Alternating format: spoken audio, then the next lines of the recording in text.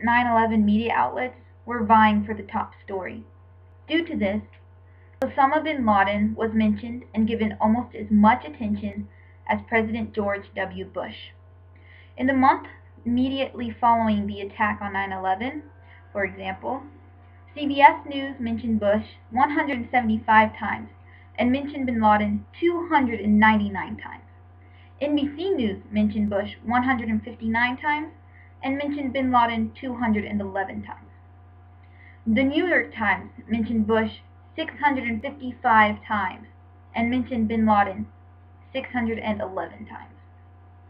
So what was the effect of this excessive coverage of the leader of one of the most deadly terrorist organizations? First off, the media's coverage legitimized Osama bin Laden and the message he was trying to send the world. In her book, Mass-Mediated Terrorism, Bridget Nakos points out that by giving him so much screen time, the media inadvertently gave him the same credibility as a head of state, legitimizing his cause. From the terrorist perspective, it didn't matter that bin Laden's press coverage was negative. Singled out, condemned, and warned by leaders such as President Bush and the British Prime Minister Tony Blair, bin Laden was in the news as frequently as the world's legitimate leaders, and sometimes even more frequently. This was a huge success, according to him and his associates. The mass media reflected that bin Laden and al-Qaeda preoccupied not only America and the West, but literally the entire world. In addition, the coverage allowed bin Laden to spread his message to the entire world, thus playing into the plan for al-Qaeda's message. So how could all of this have been avoided, and how can we avoid it in the future? Instead of playing into the hands of terrorist organizations, we need to focus on delegitimizing that organization and put our efforts into disaster relief and what the citizens can do to help with the process by donating blood, food, and clothes.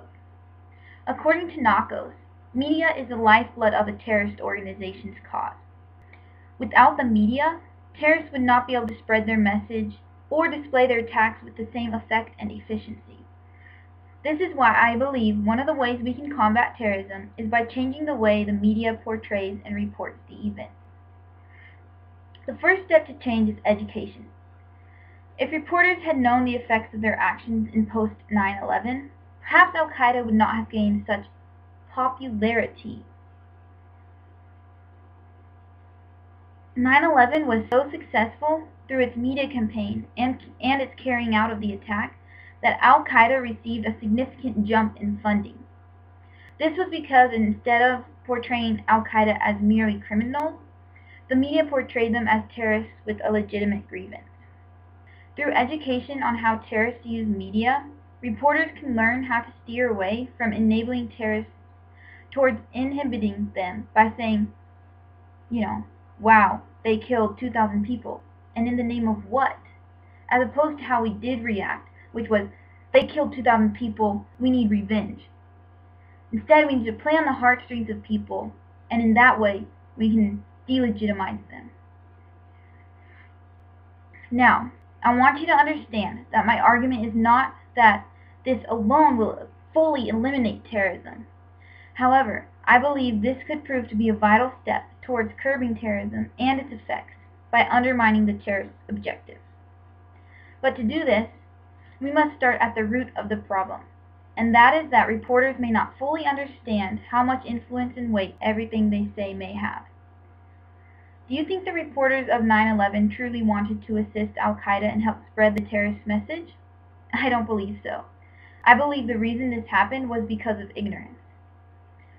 So this is why I'm advocating for a mandatory counterterrorism course to be taught in this journalism school, and eventually will hopefully be adopted by all journalism schools.